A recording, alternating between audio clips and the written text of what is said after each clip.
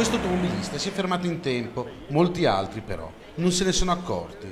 Secondo le stime di Federcontribuenti sarebbero 15.000 le multe per aver violato il varco posizionato nel lato ovest del piazzale della stazione.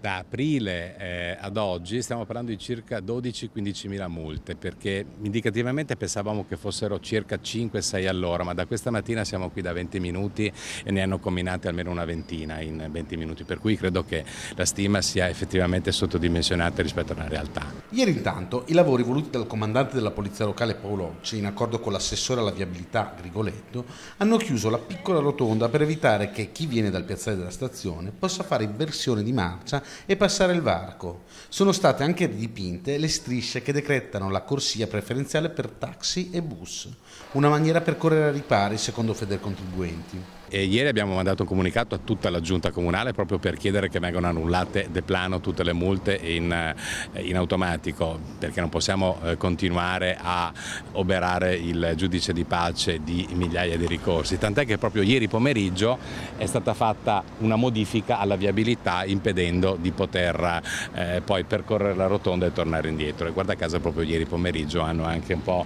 rinverdito la scarsa segnaletica orizzontale che c'era.